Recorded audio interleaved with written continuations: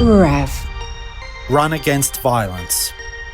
Welcome to Season 3 of the RAV podcast. This year's theme is Caring Conversations. We acknowledge the traditional owners of land and waters that this podcast is recorded on. Parents need to be set high expectations, so there needs to be rules. There needs to be adults need to step in and to take charge. But also there's another dimension of parenting, which is about warmth or responsiveness to a child's needs. But if a child isn't getting it from their home, how can we provide it as other people? So I think, again, as adults in a caring community that's responsible for looking after kids and raising kids, we can set some boundaries with kids and say, actually, I believe in you. You know, I don't know about you, but I remember the worst thing that could happen is one of the adults that I trusted and look up to me said, Tim, you've disappointed me. That was always the worst, because I knew they had high expectations and I wanted to please them. I wanted to live up to their expectations. But I also didn't need or want for those adults to go, you're a loser, you've let me down, or what have you. I've needed them to say, okay, how can we help you achieve?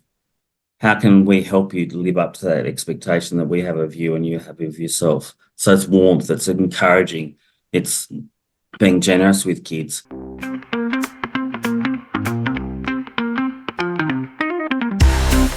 Hello, I'm Patty Kikos and welcome to the latest interview with Tim Moore.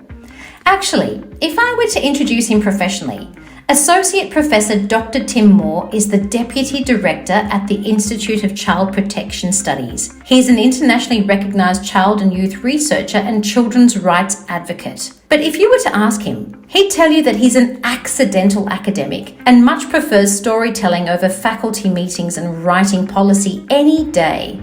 Fun fact, he's allergic to cats, so tries to steer clear of them, but they seem to be enamoured by him. So that's always an interesting experience that he finds himself traversing. His research spans 2 decades and addresses issues such as homelessness, youth justice, child protection, residential care, young carers, and child sexual abuse prevention. Tim has provided advice to several inquiries and commissions, including the National Royal Commission into Institutional Responses to Child Sexual Abuse. He has also shaped local, national, and even international initiatives to improve the lives of children, young people, and their families. His most treasured experiences come from having worked as a youth worker for so many years, and especially from learning very early on that if you want to support children and young people, you have to be willing to listen to them first and have uncomfortable conversations second. As many of you might already know, RAV has partnered with NACPAN, who have released the much-awaited tuned-in modules which Tim co-authored. During our interview, we cover the best beats of each chapter and make it relatable to those of us who are ordinary folks living in community who'd love some tips when it comes to having those group conversations with youngsters that might otherwise become a little awkward. So Tim, you're an associate professor and the deputy director at the Institute of Child Protection Studies. Now, academically, you have many professional accolades and decades of experience, but I know our listeners would really appreciate getting to know about you personally. Tell us where you're from. What did you love about your background and what are some of your favourite things to do in your free time? Yeah, thanks, Patty. So I'm from Canberra originally. I'm living at the moment in Melbourne on Wurundjeri country. So I thought Canberra wasn't cold enough, I'll go to Melbourne. But actually, Melbourne, on a good day, it's a bit warmer than Canberra. But yeah, so I grew up in Canberra.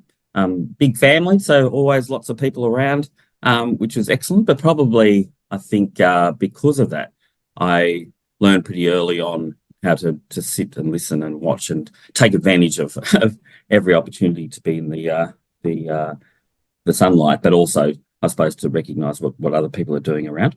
Where do you fit in with your siblings? So I'm the third. I'm the third of 7. Wow. So there's a few of us. Yeah. Right in the middle. So there's a couple of photos of me up on the family, dining room, but yes, not as many as my older 2 brothers. And what were your favourite things to do in your free time? Do you still do them now? Bits and pieces. I do love getting out in nature. Love, introverted type things of reading and going to the movies and the like. Love traveling. Love experiencing new things. Eating great food, and I suppose enjoying other people's company. Yeah. And I mean, you also worked for 10 years as a youth worker. You even did camps for St. Vinny's from year 11 and 12, as in when you were in year 11 and 12, which I find extraordinary. And you were working with 5 to 12-year-olds, and then you worked with some older kids who you would take out for a week when their parents maybe decided to take them off their ADHD meds, which I think is an adventure for you. You've shared that this was a steep learning curve for you, and it sounds like this really shaped a huge part of your career. That's right. So yes, I very early on, I was keen to hang out with friends and to do things that were our friends had in common, and one of those things was to go out and run camp programs for kids. Vinnie's runs a whole lot of youth programs across the country, and in Canberra, it was one of their key activities, I suppose, was looking after underprivileged kids. So we took kids from Gubby housing, kids from homelessness services, children and young people from families where things were a bit tough. So the aim of it was to give them some time away and give their parents a bit of a break too. And often we'd end up in camps out the back of Burke with pretty minimal sorts of things to do. So we had to be really creative and inventive. And as you said, a lot of the kids we had were terrors. They were gorgeous kids. But we had to learn really quickly how we could best support them, because I think, being young and idealistic, we're going, no, we don't want to send any of the kids home. We need to change the way that we're working with them. If they're having a bad day or mucking up or what have you. There wasn't so much known about ADHD and medication back then, was there? No, not at all. Not at all. So we got what was it, Christopher Brown, was it? Books and did it wasn't podcasts and things back in those days. You had to go to the library to get a book to hear about how we can best support these kids with star charts and all those sorts of things. And we learned pretty quickly that actually, no, that's not the way to go. In fact, when you said there was a steep learning curve, I remember we had this gorgeous kid, Richie, on camp who had ADHD, and he was one of those kids that had this broad, cheeky smile, and he would come on camp and would cause a whole lot of dramas. If something went down, he was often involved. But his younger sister, Sky, who was about 4 at the time, came on camp too. And every time we tried to do something, she said, no, that's not going to work. That's not going to work. That's not going to work. That's not going to work. And we kept saying, no, Sky, we've got it under control. We're fine. And I remember on the 2nd or 3rd day of the camp, Sky coming up to me and saying, Tim, if you don't start listening to kids, you're never going to survive. And that was, 30 years ago. And I suppose that's a key part of my work is stopping and listening from kids so that we can, really learn from them and survive, I suppose.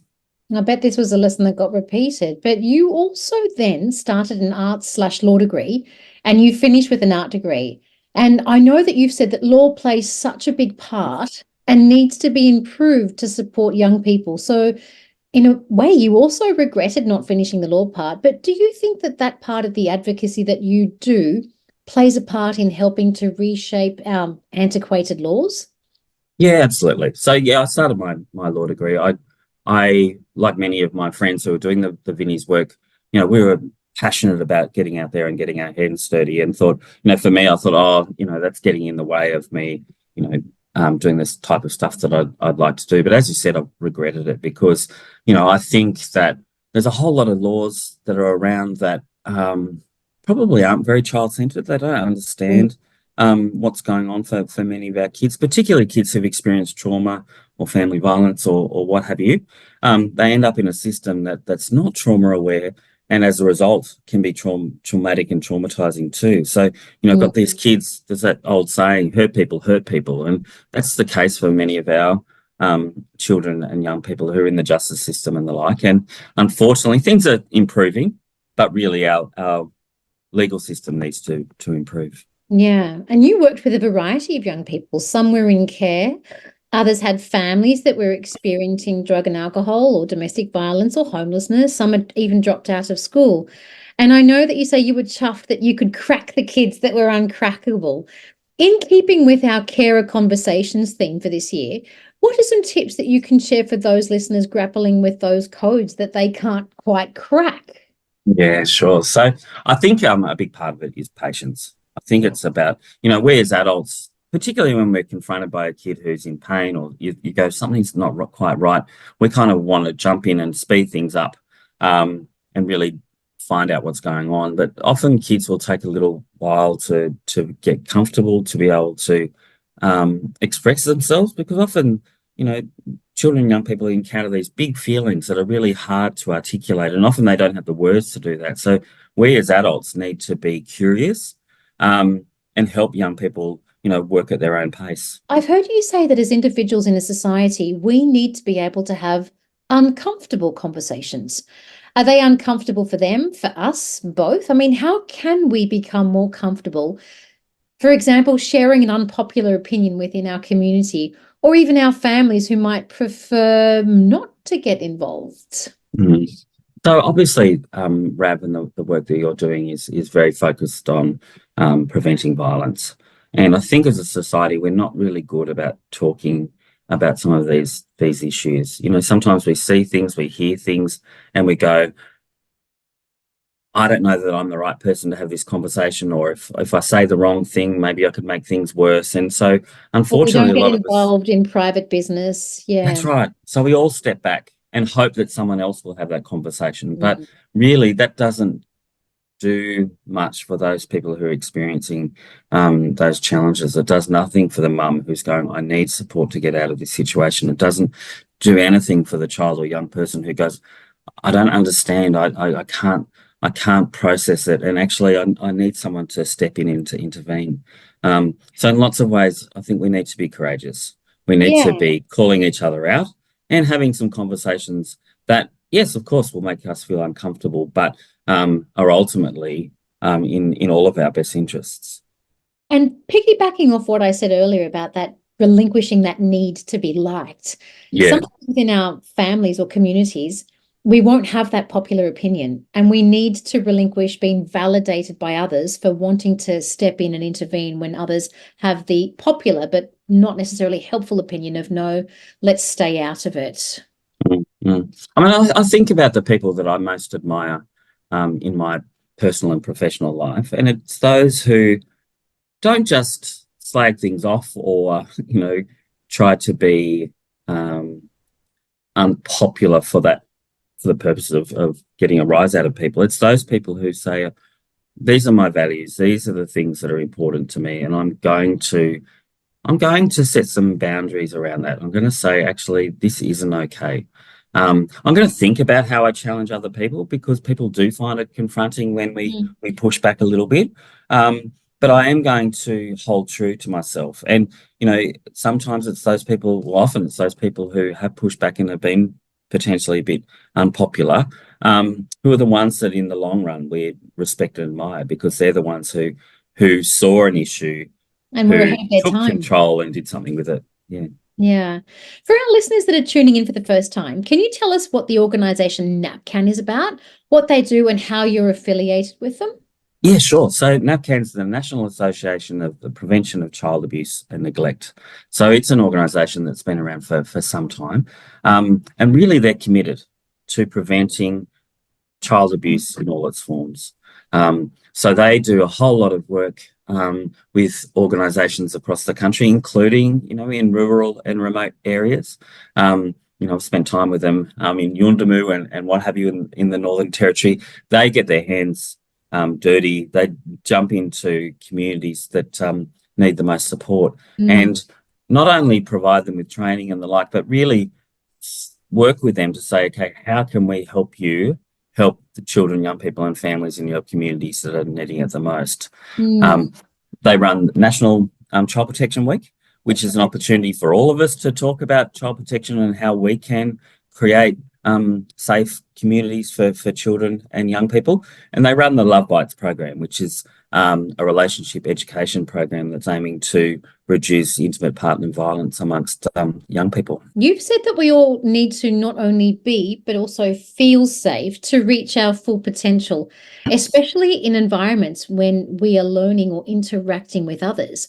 And I know that this is particularly true for children and for young people.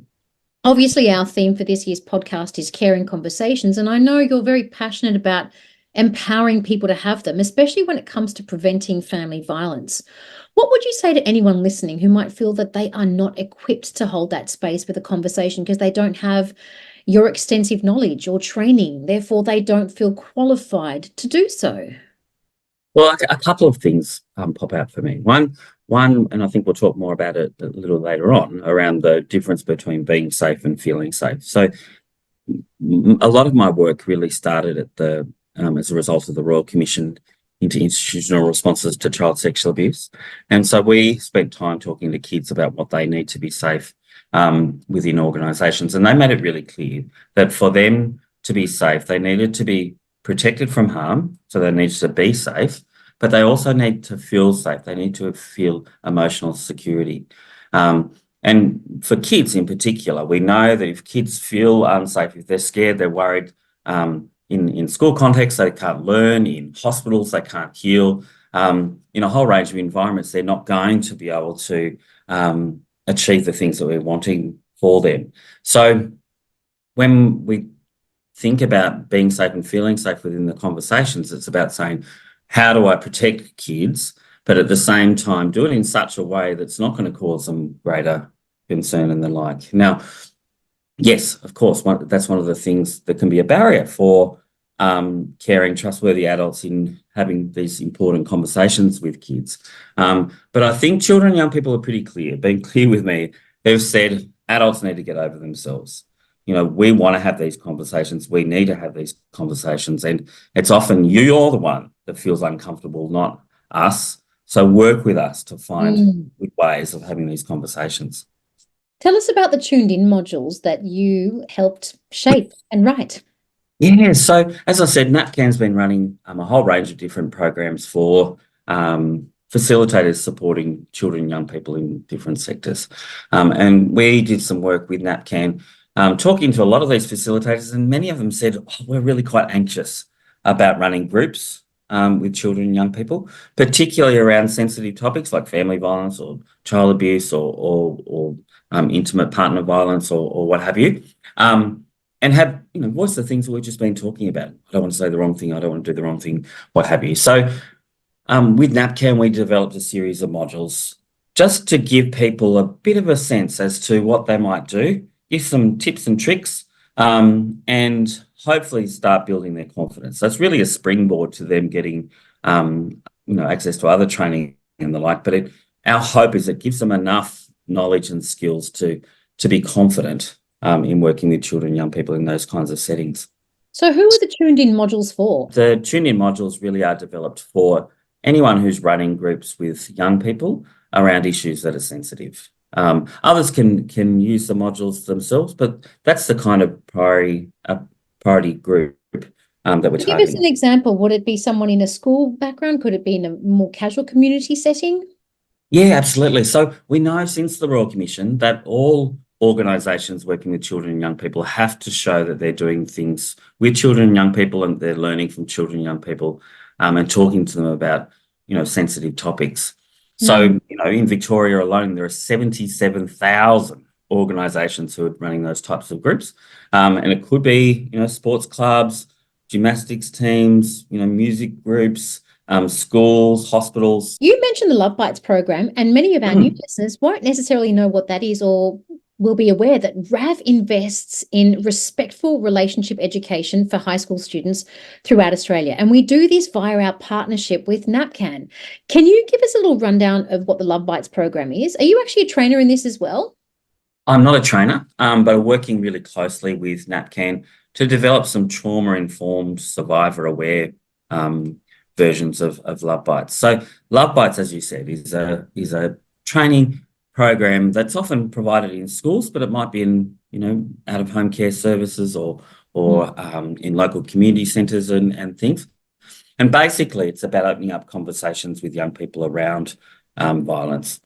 So it's about looking at things like gender stereotypes. It's about looking at gender and looking at ways that we can be the types of partners in relationships that we would like to be. So there is elements of it where we're saying, look, this, if you act in this kind of way, you'll hurt or harm someone else. But ultimately, what NACPAN's trying to do too is to say, how can you be the type of partner that you'd like to be in a relationship? Yeah. And for those that are in the community that don't necessarily work in group or school settings, but are still keen to pick up some tools on how they can reach out to someone that they care about who might be experiencing family violence or might not be safe at home, what would be some advice that you could share with them? Look, I do think it's really important that you're prepared, both in regards to prepared to having the conversation, but going, okay, if a child or young person or mum or someone that we know, we're worried about them and we want to ask them, how they're doing and what they need. It's kind of going, okay, I need to be prepared to be able to deal with that tough conversation, but also go, well, what am I going to offer? What can I provide? How can I link? And that's a key part of it, I think. How can I support people who are needing support to get the assistance that they need? So going into it, being a bit aware, but also being mindful of some of the things that we naturally do or say that probably won't help. Like being dismissive or underplaying things, or that couldn't be the way. He's such a nice guy. Or are you sure that happened? Yeah. All those sorts of things are going, actually, maybe that's not particularly helpful. So how do I make sure that I don't fall into those scripts that I think we're socialized to use? Tim, where does your passion from this work stem from?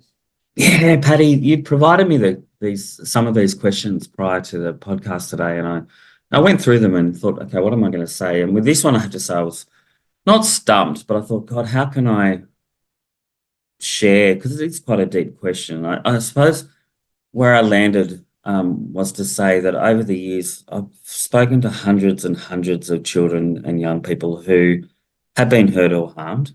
And often when we talk to them, we ask them, what is it that you most wanted or needed? And too often young people say, I just wanted someone to notice.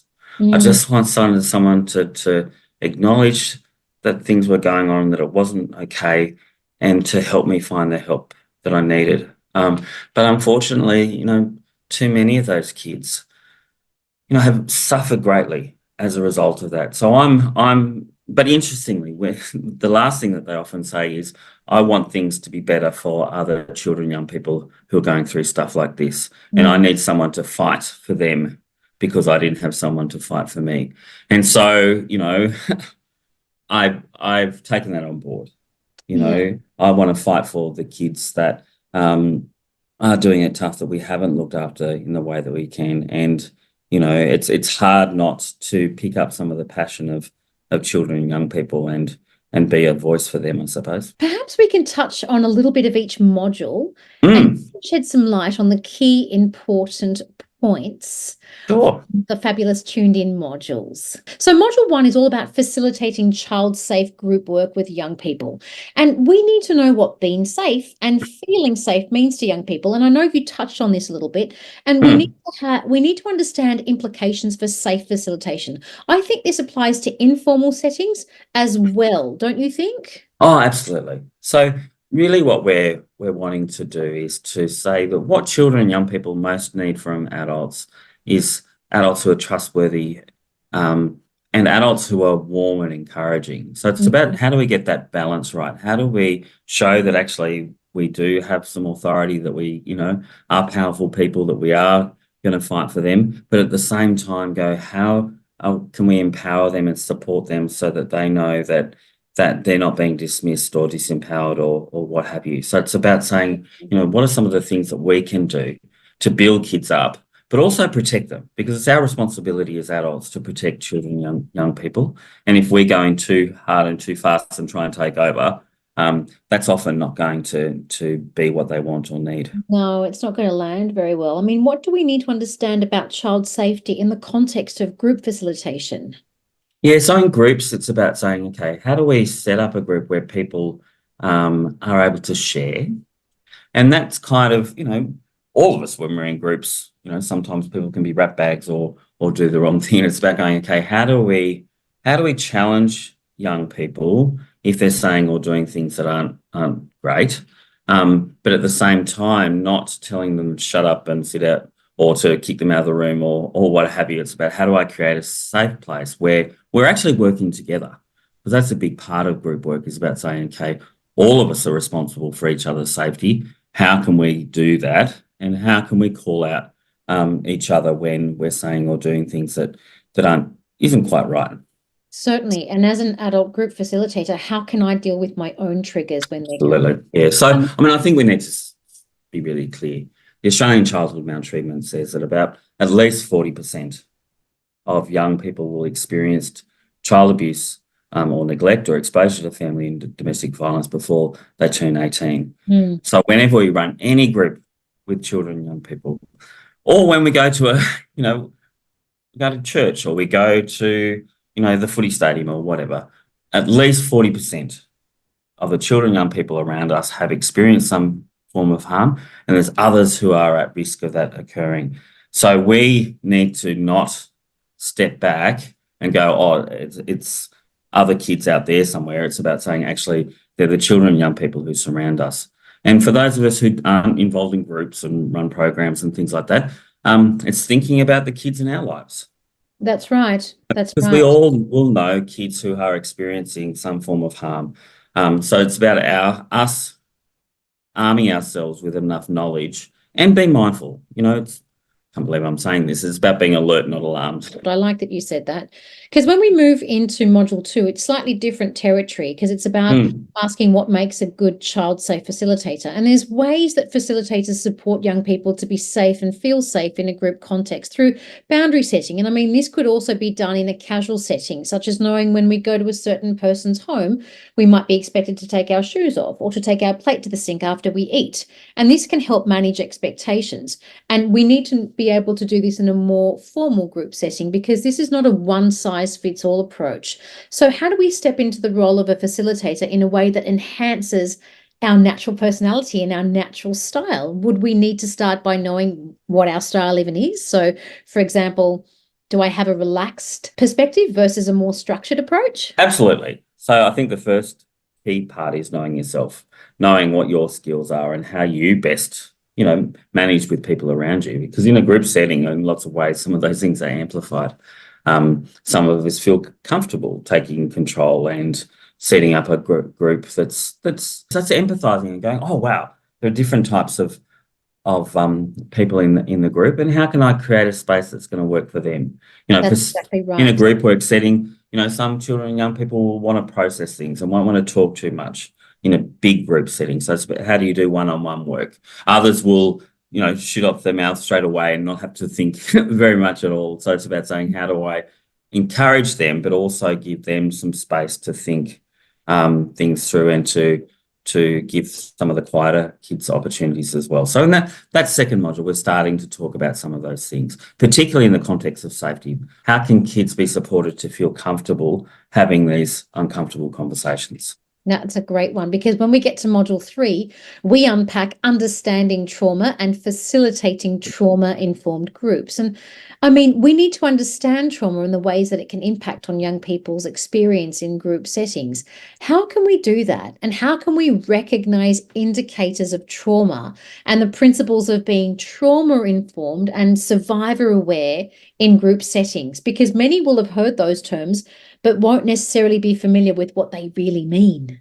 Yeah, sure. So that's the purpose of that module, and we could do a whole podcast just on what does trauma-informed actually mean. But I suppose it's at its basis, it's saying we recognise that sometimes there'll be groups of people, in this case children, young people who've experienced trauma in the past, and that that will affect some of their behaviours.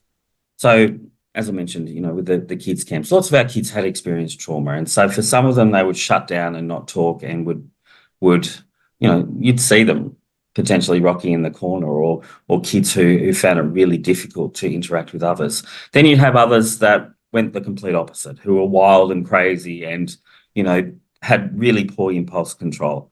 And so, across the spectrum, we need to think about, well, how are we relating to these kids? In the old days, as you said before, we knew about ADHD and trauma and the like, we would have gone, oh, this is a naughty kid who needs to be disciplined. Correct. And punished and what have you. But we know that for kids who've experienced trauma, that doesn't help.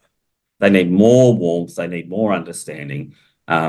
So for all of us, we need to recognise that when we're looking at kids' behaviours and the behaviours of adults too, actually, that sometimes they'll do things that come from a place of being hurt.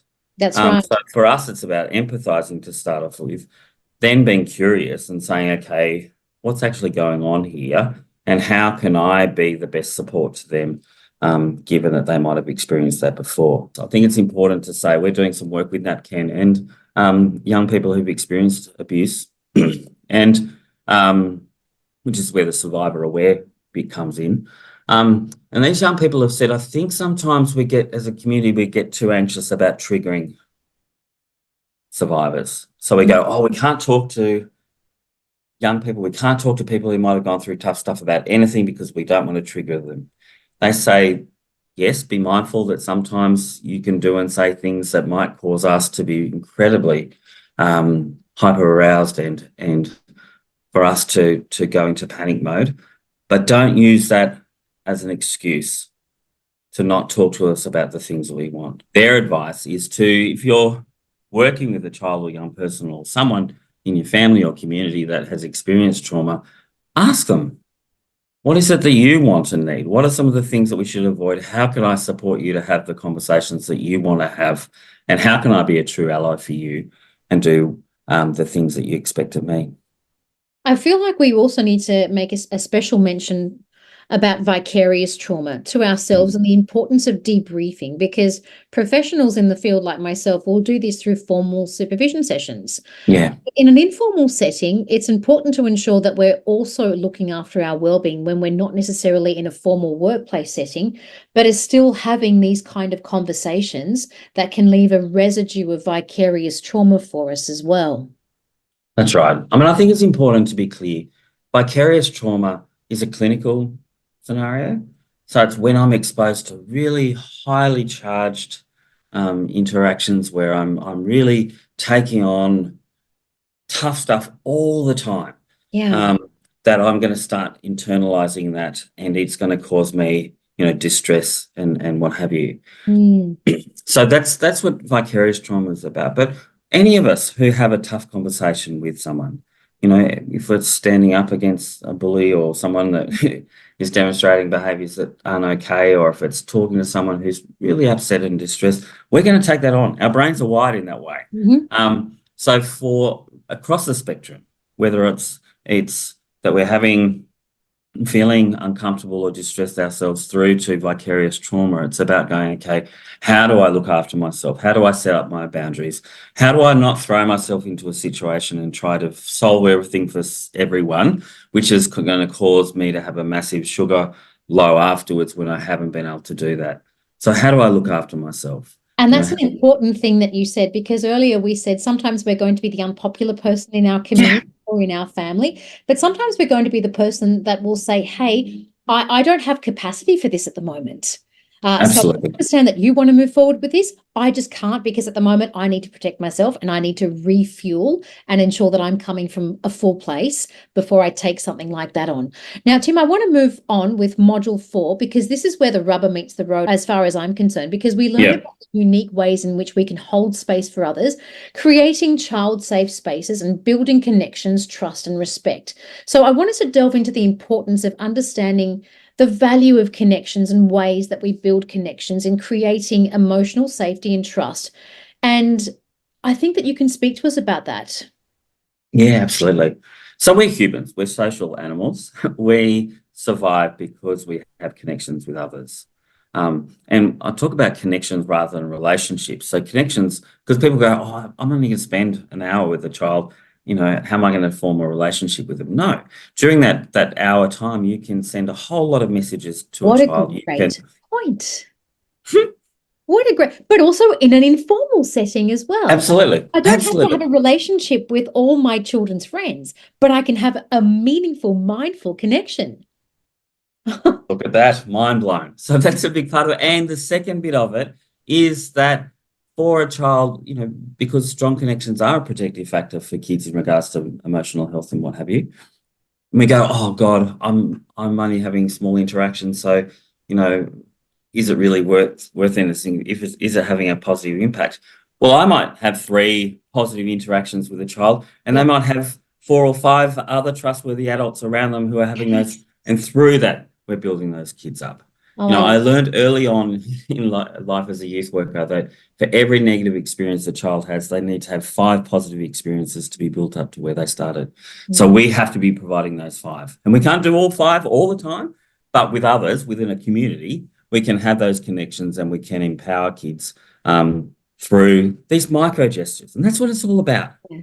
And Yeah. for some reason, I think sometimes as adults, we think, oh God, we have to do something different when we're working with kids. Yeah. Actually, I value remembering a child that a child loves soccer. Yeah. So you see them and go, oh my God, how's your goalie kicking going? Yes. And the kid goes, wow, this is an adult who's thinking about me, who values me enough to remember that I love soccer and that this is where it is. So all these in these remembered my micro moments. favorite band and tells me of the new song they heard. Yes, Absolutely. they're Yeah. interested. I'm not saying module 5 is my favorite, but I'm not saying it, because when it comes to our caring conversations thing, as this is where so many people feel they lack the skills when it comes to not only understanding trauma, but also knowing how the best response is to it. Because it's about keeping it together, dealing with challenging behaviors when things go wrong. I'm sure you've got a lot of war stories that could teach us a lot. Absolutely. I think for every piece of advice on the do, I can share a piece of advice on the don't do's because I've done them all. I've been the one that's been over prepared. I've been the one that's taken things personally. I've been the one that loses my cool and says something stupid. And I think that's part of it too. I think sometimes as adults we feel like we have to have all the answers and do everything perfectly, but actually kids tell us too. It's okay for adults to stuff things up. What we need to see from that adult is they go, oh my God, sorry, and to apologize and to help make that a learning moment for children. To demonstrate accountability and what it looks like.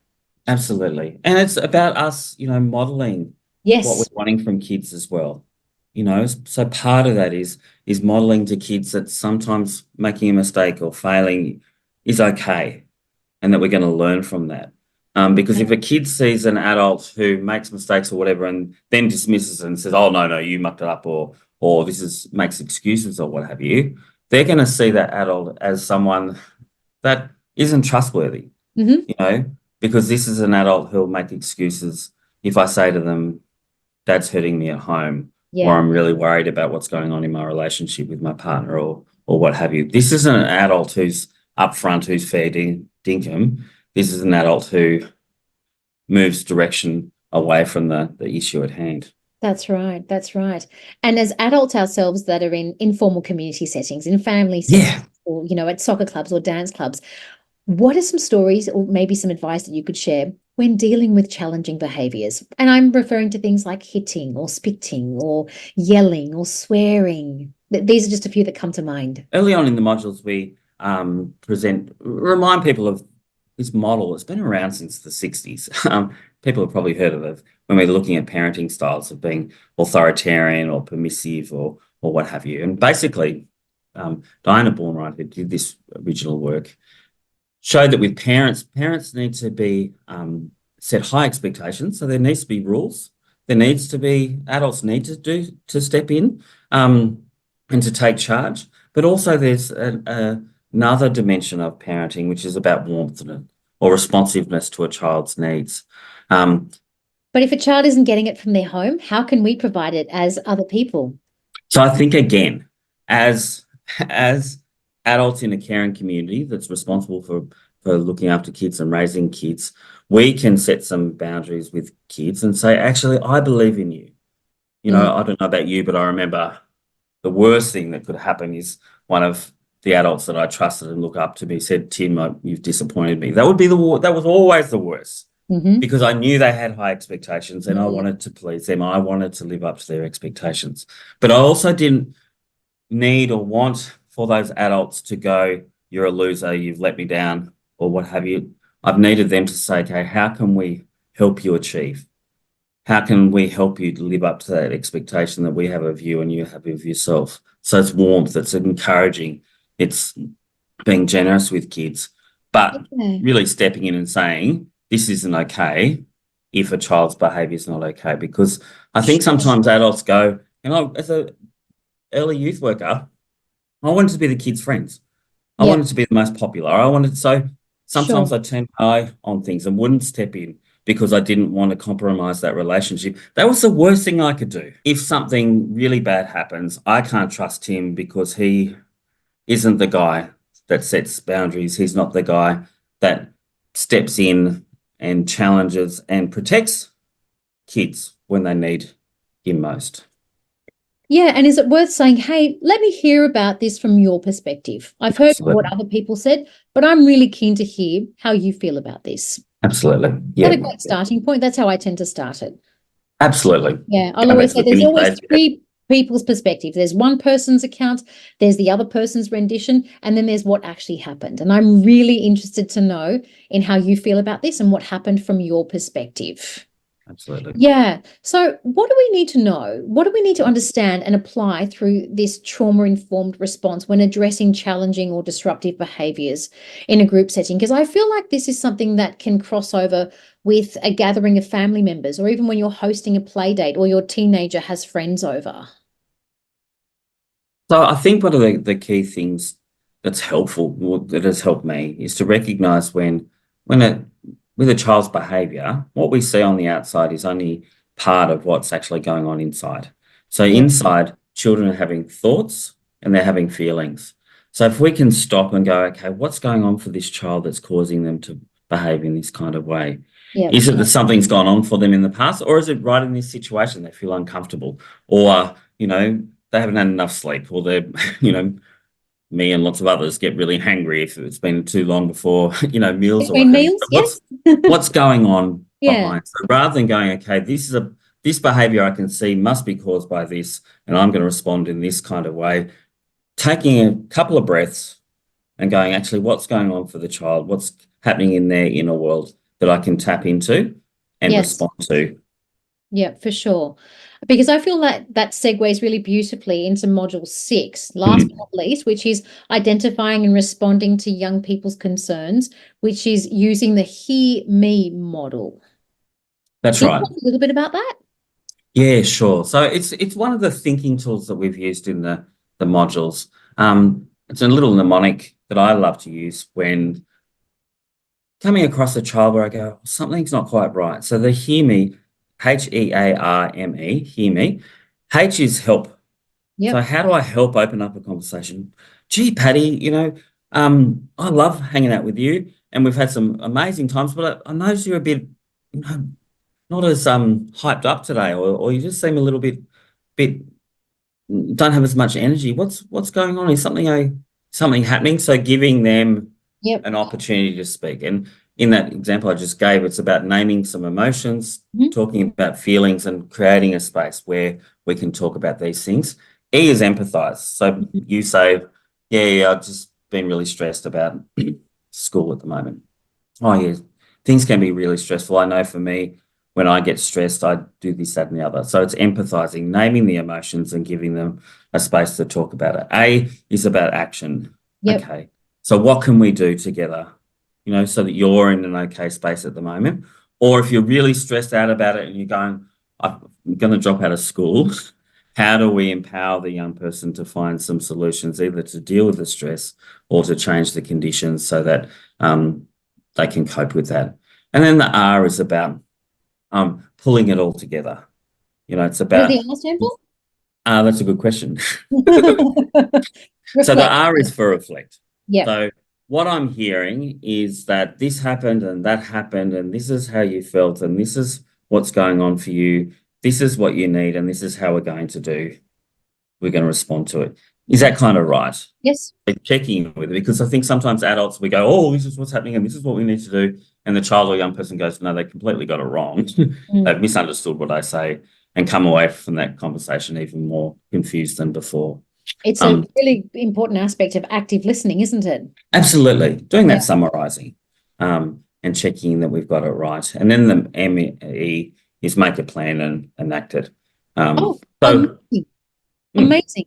I love this. You are a self-described accidental academic with a love for storytelling. And I do love this description because you started off boots on the ground, dirt under the fingernails, literally, because you go camping. Yeah. And then you turned into an academic. Share with me one of your favorite tales, because I love your love for storytelling. Yeah, goodness. So I think this is one of the ones that chokes me up sometimes, so be ready for it, listeners. Many moons ago, I was doing some work with a colleague of mine, looking at the experiences of Aboriginal and Torres Strait Islander kids in out-of-home care in Canberra. And being a good youth worker, we thought we'd get all these young people together. There's about 60 or 70 young people together, and again, go outside of town and, you know, have a series of workshops and cultural groups and really suss out what kids in care experience and what they want and need things to be done differently. And so as a good youth worker, I went, oh, guys, thanks so much for coming, but please know that your involvement's completely voluntary, so if you don't want to be here, that's cool. We'll organise to get you back to town, which is an hour away, and there was no way I could do it. As I was saying, I went, oh, my God, shut up, Timbo. You can't make this promise that you can't keep. But thought, oh, no, the kids will love it, because we had, you know, DJs and rappers and what have you along. But during one of the breaks, 3 young men, big buffy boys, really tall, 6 foot tall, you know, 100-kilo young men, came up to me and said, oh, Tim, thanks so much for inviting us along and having us here. But have to say, you know, we were really little when we got removed from our families, and we just lived with white parents and white foster carers ever since. And so we don't really feel like we belong here, because, you know, this is for Aboriginal kids, and we just don't feel that's us. Yes, of course, we're Aboriginal, but, you know, this isn't, it just doesn't feel right. Now, as they were speaking, Auntie Agnes, who's a Ngunnawal elder, was standing off to the side, and she's tiny. So they're, you know, 6 foot tall. She must have been 5 at max. So a little beautiful old woman. And she came over and said to them, what's happening? And they said, oh, we don't think we should stay, because we don't feel like we belong. And she went up to the biggest, buffiest boy and put her arms around his shoulder, you know, arms around his neck, and said, welcome home. It's been too long. You know, we've missed you. We want to hear your story. You're part of our story. And please sit and share with us and tell me your story. And for me in that moment, you know, Auntie Agnes was doing exactly what all of us want to do as adults in the community. It's about reclaiming those kids. You know, in that powerful moment, you know, she was able to send some incredibly important messages to these kids. Oh. You're love worthy. We care about you. You know, that you have a place. Yeah, and that you're always we've welcome. missed you. Absolutely. Yeah. So, you know, it was just such a powerful moment. And something that we should all aspire to. How can we ensure that our kids are wrapped up in community, where they feel safe, where they have amazing champions behind them who are going to support them? And like I said before, I suppose, it's not the big, we don't have to do these grand gestures and save all these kids. Yeah. If we each can be doing these little things that have a profound impact, then I think kids are going to do much better than what they're doing at the moment. Oh, what a great way to end. In fact, I've actually got a final question for you today, which is, are you a solo walker, or do you like walking with company? It depends what the pace is. If everyone's fast, I'm a little bit slower, so I don't want to slow people down and get very self-conscious about that. Yep. But walking with friends is so much better than doing it alone for me.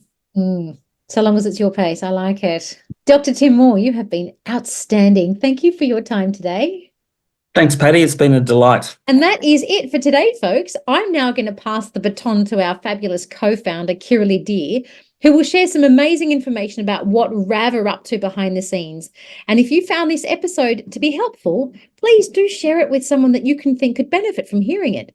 Liking, subscribing, but especially leaving us a 5-star review ensures that we give the algorithm a helping hand to get to the listeners that need to hear from us the most. Bye from us for today.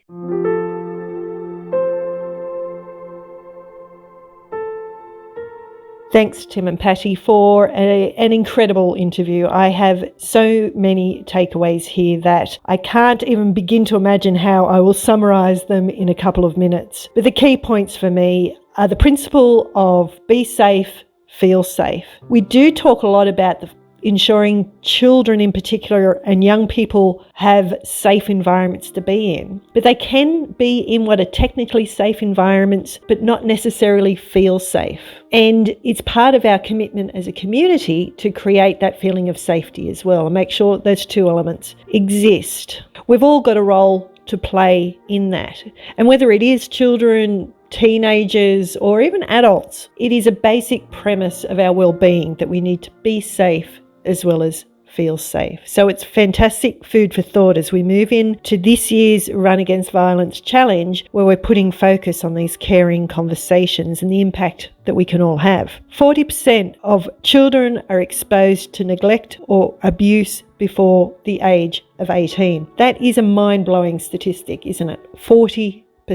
I remember when Brad and I did my first run out in Western New South Wales back in 2014, one of the schools in the areas we visited had 1 in 2 children that had been exposed to abuse. Most of those kids had supported education, so they had to be helped through the standard education system. We found that an incredibly confronting statistic, but I guess in my mind I've always held that it's in isolated areas. But to have the child maltreatment study come back and say that it is 40% nationally, we've got a lot of work to do ahead of us. I think one of the best tips or techniques that Tim shared was the principle that for every negative experience or negative comment a child experiences, they need 5 positive ones to make up for it. And all of us can be giving those positive comments. It's an incredible workload for one person to give 5 comments constantly to counteract the negative impact. But if all of us are doing 1 or 2 or 3 over time,